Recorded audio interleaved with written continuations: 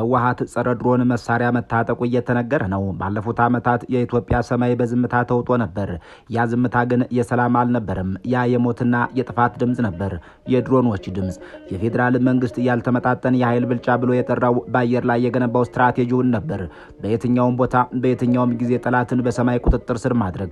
ይሄ ለኢትዮጵያ መንግስት የፖለቲካ መተማመኛው የጥንካሬ ምልክቱም ነበር። ግን ዛሬ ያ የኃይል ሚዛን ተናክቷል። በዚህ መሰናዶ ስለ ቴክኖሎጂ ለውጥ ብቻ የምናወራ አይደለንም።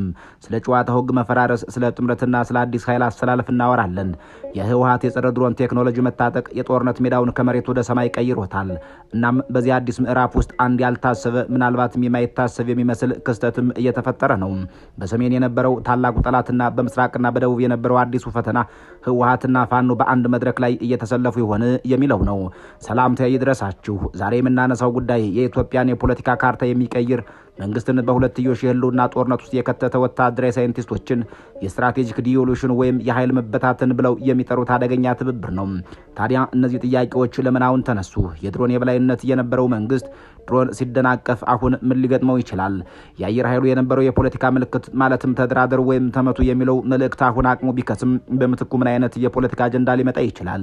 በኒካራጓ፣ በሶሪያ፣ በሊቢያ የተከሰቱ የምቾት ጥምረቶች ለምን ሁልጊዜ ለመንግስታት መውደቅ ወይም ወደ ድርድር መገደድ ምክንያት ይሆናሉ? ህወሓትና ፋኖ እነዚህ ሁለት የእርስ በርስ የሚቃረኑ ኃይሎች በአንድ የጋራ ጠላት ስም ተሰልፈው ኢትዮጵያን ወዴት እየወሰዷት ነው?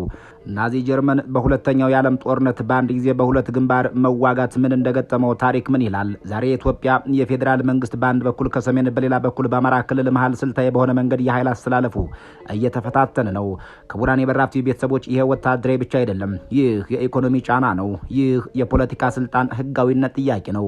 ይሄ መንግስት በአየር ላይ የገነባው የግዳጅ ሰላም ተንዶ አገሪቱ ወደ ትርምስ ውስጥ የምትገባበት አደገኛ ነጥብ ነው። የሳዳም ሁሴኗ ኢራቅ፣ የጋዳፊዋ ሊቢያ ሲታወሱ ስልጣንን በወታደራዊ ኃይል ያዙ። የአየር ላይ የበላይነት የነበራቸው መንግስታት የፖለቲካ መግባባት ባለመፈጠሩ ብቻ እንዴት ብን እንዳሉ ይታወሳል። ዛሬ ኢትዮጵያ ውስጥ የሚታየው ይህ የጸረ ድሮን ቴክኖሎጂ ጥምረት መንግስትን ወደ አንድ አስፈሪ አማራጭ እየገፋው ነው። ወደ ውይይት ወይስ ወደ ማይመለስ ጥፋት? መንግስት አሁንም በታጠቀው ቴክኖሎጂ ይተማመን ይሆን ወይስ የፖለቲካው ጫና አቅሙን አሟጦታል? የሁለቱ ኃይሎች መስተጋብር የሚፈጥረው ይህ ስትራቴጂክ ድንገተኛ አደጋ የጠቅላይ ሚኒስትር አብይ አህመድን መንግስት የመጨረሻ የፈተና ጊዜ ላይ አድርሶታል። በዚህ መሰናዶ ከወታደራዊ ባለሙያዎች ጋር ከፖለቲካ ተንታኞች ጋር በመሆን ይህ አዲስ የኃይል ሚዛን በኢትዮጵያ ላይ ምን እንደሚያመጣ መርምረን እናስቃኛችኋለን። የድሮን ጥቃቶች ሲቆሙ የኢትዮጵያ ሰማይ እንደገና ሲረጋጋ መሬት ላይ ምን አይነት እሳት እየነደደ ነው? እስከ ዝግጅታችን ፍጻሜ አብራችሁን ቆዩም።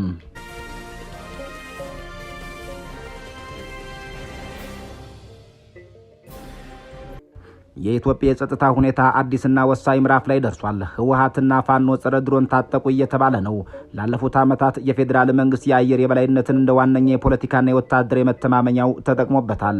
በእርግጥም የፌዴራል መንግስት የአየር የበላይነትን እንደ ዋነኛ የፖለቲካና የወታደራዊ መተማመኛ መጠቀሙ በኢትዮጵያ የቅርብ ጊዜ የፖለቲካና የጦርነት ታሪክ ውስጥ ትልቅ ቦታ የሚሰጠው ስትራቴጂው ነው። ይህ ስትራቴጂ በአንድ በኩል የመንግስትን ስልጣን ለማስከበርና ተቀናቃኞችን ለማሸነፍ ወሳኝ መሳሪያ ሲሆን በሌላ በኩል ደግሞ የፖለቲካ መፍትሄዎችን በማራቅ ረገድም የራሱ የሆነ ተጽዕኖ አሳድሯል። የፌዴራል መንግስት የአየር ኃይልን መጠቀሙ የጀመረው ወይም ያጠናክረው የማይመጣጠን የኃይል ብልጫ ለመፍጠር በሚል ነው። በኢትዮጵያ ውስጥ ያሉ የውስጥ ግጭቶች አብዛኛውን ጊዜ የሚካሄዱት መደበኛ ያልሆኑ ታጣቂ ቡድኖችና የፌዴራል መከላከያ ሰራዊት መካከል ነው። በትግራይ የነበረው ጦርነት ለዚህ ዋነኛ ማሳያ ነው። የፌዴራል መንግስት በመሬት ላይ የሚደረገው የሰው ኃይልና የጦር መሳሪያ ፍልሚያ ከባድ እንደሆነ ሲረዳ የአየር ኃይልን ድሮንንና የጦር ጀት አውሮፕላኖችን በመጠቀም የጠላትን የሎጂስቲክስ መስመር፣ የጦር መሳሪያ ማከማቻና የመሪዎች መደበቂያዎችን በማጥቃት ውጤታማ ሆኗል። ይህ የቴክኖሎጂ የበላይነት በመንግስት ዘንድ በማንኛውም ጊዜ በማንኛውም ቦታ ጠላትን መምታት ይችላለሁ የሚል ከፍተኛ ድል ተስፋና መተማመንን ፈጥሯል። የአየር ኃይል የበላይነት ለፌዴራል መንግስት ወታደራዊ መሳሪያ ብቻ ሳይሆን ጠንካራ የፖለቲካ መልእክት ማስተላለፊያም ነው። መንግስት የአየር ኃይሉን ማሳየቱና መጠቀሙ መንግስት አሁንም በሀገሪቷ ላይ ሙሉ ቁጥጥር አለው የሚል መልእክትን ለውስጥ ተቀናቃኞችና ለውጭ አካላት ለማስተላለፍ ያገለግላል። የአየር ኃይል መኖር ተቃዋሚ ኃይሎች ከመንግስት ጋር ወደ ድርድር እንዲገቡ ወይም ጦርነት እንዲያቆሙ ለማድረግ የሚደረግ የፖለቲካ ማጥቂያ ነው። ካላዳመጣችሁ የሚቀጥለው እርምጃ ከሰማይ የሚወርድ ጥቃት ነው የሚል ስውር የፖለቲካ መልእክት ይኖረዋል። ከቅርብ ዓመታት ወዲህ የፌዴራል መንግስት በተለይም የድሮን ዋቭ ቴክኖሎጂን በመጠቀም ያሳየው አቅም የመተማመኛ ምንጩን ቀይሮታል። የቱርክ የኢራንና የተባበሩት አረብ ኤሚሬትስ ድሮኖች የጦር ሜዳውን ሚዛን በመቀየር ረገድም ትልቅ ሚና ተጫውተዋል።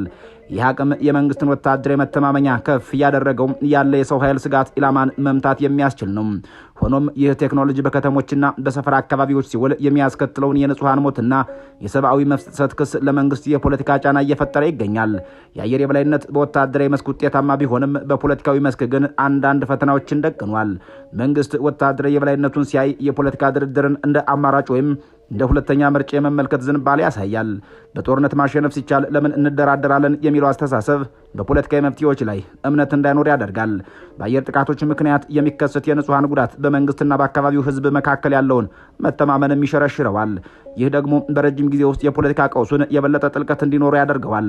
እንዲያም ሆኖ በወታደራዊ ጥንካሬ ብቻ መሰረት ያደረገ መረጋጋት ጊዜያዊ እንጂ ዘላቂ አይደለም።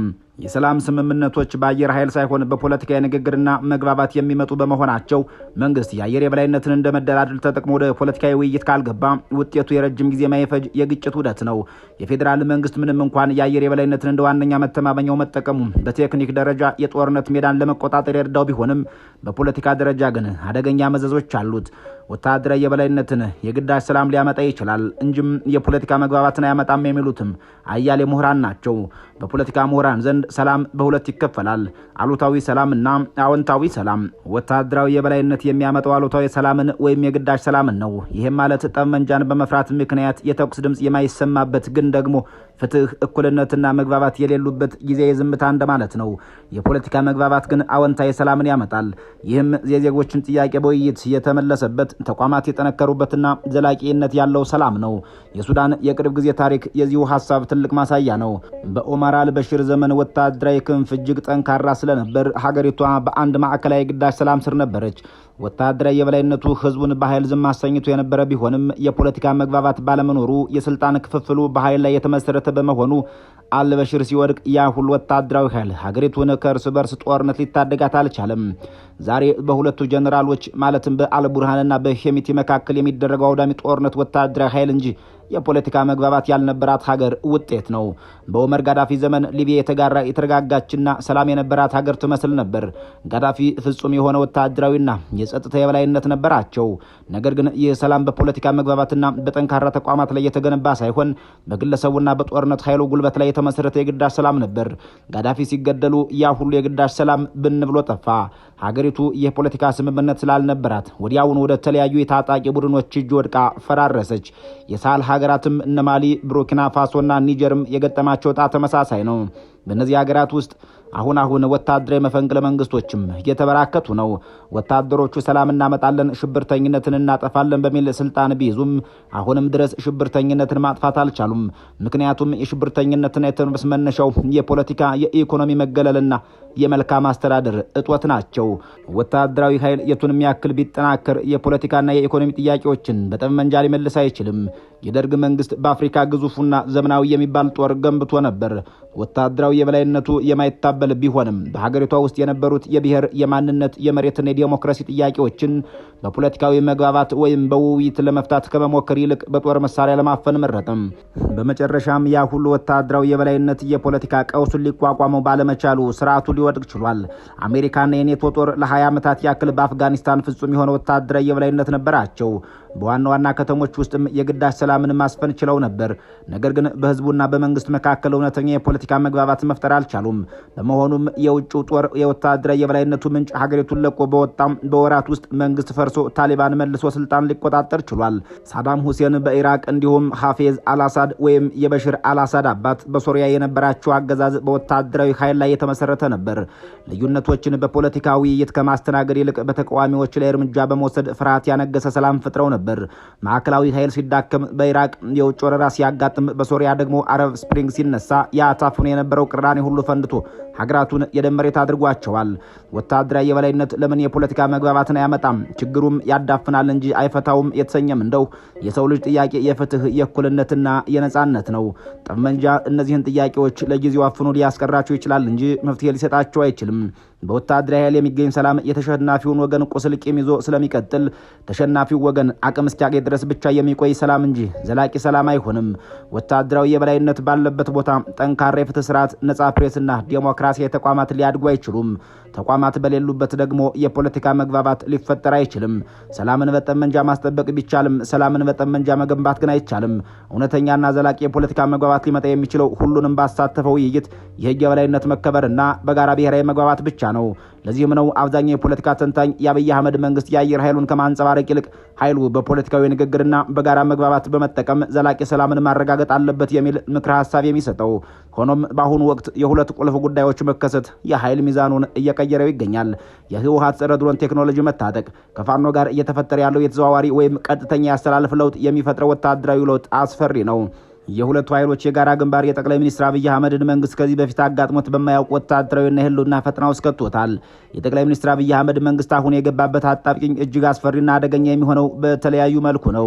እስካሁን እንደ ዋና የደህንነት ጋሻ ሲጠቀምባቸው የነበረው የአየር ኃይል የበላይነትን በህወሓት የጸረ ድሮን ቴክኖሎጂ መዳከሙ ብቻም ሳይሆን ከዚህ ቀደም በጠላትነት የተያዩ የነበሩት የፋኖ ታጣቂዎችና ህወሓት በስልታዊ መግባባት ወይም በትብብር የፌዴራል መንግስቱን የኃይል አስተላለፍ እየተፈታተኑት ይገኛሉ። ትብብሩ የጦርነቱን ተለዋዋጭነት ከምድር ወደ ሰማይ ከማሸጋገሩም በላይ በአገሪቷ የፖለቲካ ካርታ ላይ መንግስትን በሁለትዮሽ የህልውና ጦርነት ውስጥ እንደተወጠረ እንዲቀር አድርጎታል። ይህም የፌዴራል መንግስቱን ከነበረበት የቴክኖሎጂ የበላይነት ወደ መከላከል ስልት በመግፋት የመከላከያ ሰራዊቱን የሎጂስቲክስና የሰው ኃይል በአንድ ጊዜ በሁለት የተለያዩ ግንባሮች እንዲያባክን ያስገድደዋል። የጋራ ትብብሩ ከዚህ በፊት አጋጥሞት በማያውቅ ወታደራዊ ስጋትና በፖለቲካዊ መዋዠቅ መካከል እንዲንገዳገድ የመንግስትን ስልጣን በታሪክ አጋጣሚው እጅግ አደገኛና ወሳኝ የሆነ የህልውና ፈተና ውስጥ እየከተተው እውነታ ነው። የፖለቲካ ሳይንስና የታሪክ መዛግብት እንደሚያሳዩት በማዕከላዊ መንግስት ላይ የሚነሱ የተለያዩ የትጥቅ አማጺ ቡድኖች መደበኛ ያልሆነ ወታደራዊ ትብብር መፍጠራቸው ለስልጣን እርከኑ እጅግ ከፍተኛ የደህንነትና የፖለቲካ ፈተናን ይፈጥራሉ። ይህ ሁኔታ በኢትዮጵያ ነባራዊ ሁኔታ ሲቃኝ የህወሓትና የፋኖ ወታደራዊ ትብብር እንደ አንድ ስልታዊ ጥምረት መመልከት ይቻላል። በወታደራዊ ሳይንስ መርህ መሰረት አንድ መንግስት በተመሳሳይ ጊዜ በሁለት የተለያዩ ግንባሮች መዋጋት ከፍተኛ የሆነ የሀብት የሰው ኃይልና የሎጂስቲክስ መሟጠጥን ያስከትልበታል። በሁለተኛው የዓለም ጦርነት ናዚ ጀርመን በምስራቅ ሶቪየት ህብረትና በምዕራብ አሊያንስ በተመሳሳይ ጊዜ መዋጋቱ ለሽንፈቱ አንዱና ዋነኛው ምክንያት እንደነበር በታሪክ የሚታወቅ ነው። የኢትዮጵያ ፌዴራል መንግስትም ተመሳሳይ ፈተና ይገጥመዋል። የህወሓት ጥንካሬ እንደ ሰሜን የፋኖ እንቅስቃሴ ደግሞ በአማራ ክልል መሃል እና ዳርቻዎች ላይ መሆኑ መንግስት ወታደራዊ አቅሙን እንዲበተን ይገፋፈዋል። ይህም የትኩረት ማጣት ወይም ስትራቴጂክ ዴሉሽን ይፈጥራል። እንዲህ አይነት ጥምረቶች በወታደራዊ ልህቀት ብቻ ሳይሆን በስነ ልቦና ጦርነት ላይም ከፍተኛ ተጽዕኖ ይኖራቸዋል። እንደ አውሮፓውያን ዘመን አቆጣጠር በ1970ዎቹ በኒካራጓ የተካሄደው የእርስ በርስ ጦርነት እንደሚያሳየው መንግስትን የሚቃወሙ የተለያዩ ፍላጎት ያላቸው ቡድኖች ምንም እንኳን የአይዲዮሎጂ ልዩነት ቢኖራቸውም የጋራ ጠላትን ለመምታት የሚፈጥሩት የምቾት ጥምረት ወይም ኮንቬንሽናል አሊያንስ ለመንግስት የሚኖረው ስጋት እጅግ የከፋ ነው። በኢትዮጵያ የህወሓትና የፋኖ መተባበር የፌዴራል መንግስቱን የፖለቲካ ስልጣን ህጋዊነትና የመቆጣጠር አቅም ጥያቄ ውስጥ እንዲገባ በማድረግ በደጋፊዎቹ ዘንድ ስጋት፣ በተቃዋሚዎቹ ዘንድ ደግሞ ተስፋን ይፈጥራል። የፌዴራል መንግስቱ በአንድ በኩል ከህወሓት ጋር ያለውን የፕሪቶሪያ ስምምነት ለማስጠበቅ፣ በሌላ በኩል ደግሞ ከፋኖ ጋር ያለውን ግጭት ለመፍታት የሚጠቀምባቸው መሳሪያዎችና ስልቶች እርስ በርስ ሊጋጩ ይችላሉ።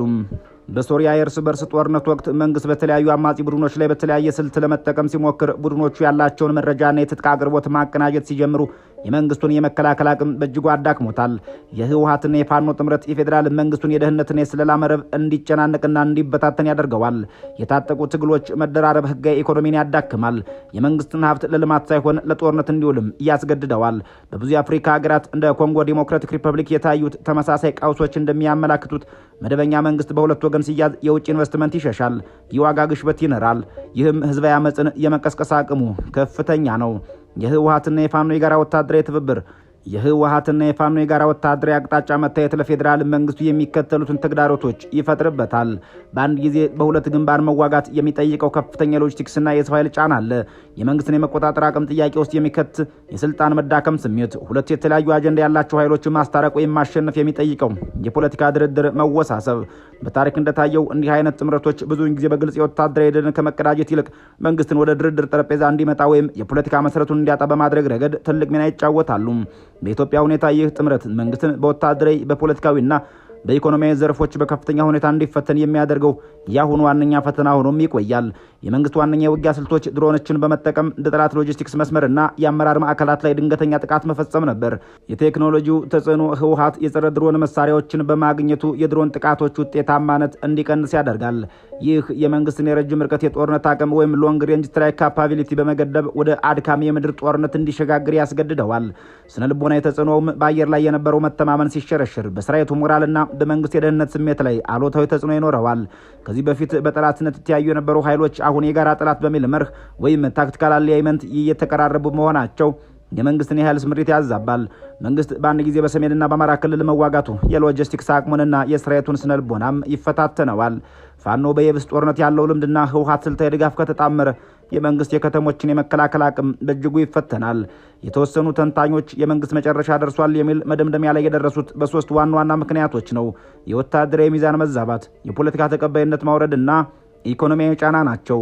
ቴክኖሎጂው የመንግስትን የጨዋታ ህግ አክሽፎታል። ሁለቱ ትላልቅ የፖለቲካ ኃይሎች ፋኖና ህወሓት በተዘዋዋሪ መግባባት ላይ መሆናቸው ለመንግስት ከባድ የፖለቲካ ስጋት ነው። ረጅም ጦርነትም ሀገርን ያዳክማል። በሌላ በኩል መንግስት የሀገር መከላከያ ሰራዊት አደረጃጀት በመቀየር አዳዲስ አጋርነቶችን በመፍጠር እና የዲፕሎማሲ እንቅስቃሴዎችን በማድረግ ራሱን የመከላከል አቅም አለው። መንግስት እያበቃለት ከምነው ከመባሉ በፊት የፖለቲካና የውትድርና አማራጮችን የመጠቀም አቅም ገና አልተሟጠጠም። የኢትዮጵያ ሁኔታ የቴክኖሎጂ የበላይነትን ብቻ ሳይሆን የሀገር ውስጥ የፖለቲካ ስምምነትን የሚጠይቅ ደረጃ ላይ ደርሷል። የመንግስት ትልቁ ስጋት ህወሓት ወይም ፋኖ ብቻ ሳይሆን የሁለቱ ኃይሎች መስተጋብር የሚፈጥረው የአቅጣጫ ማስቀየሪያ ወይም ስትራቴጂክ ዳይቨርሽን ነው። ወታደራዊ መፍትሄ የቴክኖሎጂ ፉክክርን ወደማይመለስ አደጋ ውስጥ ይከተዋል። መፍትሄው ቁልፍ ያለው በፖለቲካዊ ውይይት ላይ ነው። መንግስት ከአየር ኃይል መተማመን ወጥቶ ህዝባዊና ፖለቲካዊ ተቀባይነትን ለማግኘት ከሚደረጉ ጥረቶች ጋር ማጣጣም ካልቻለ የመንግስት የስልጣን እድሜው አጠያያቂ አይሆንም። የኢትዮጵያ በአንድ በኩል የቴክኖሎጂ በሌላ በኩል የፖለቲካ ጥምረት እየተፈጠረ አዲስ እውነታ ውስጥ ነች።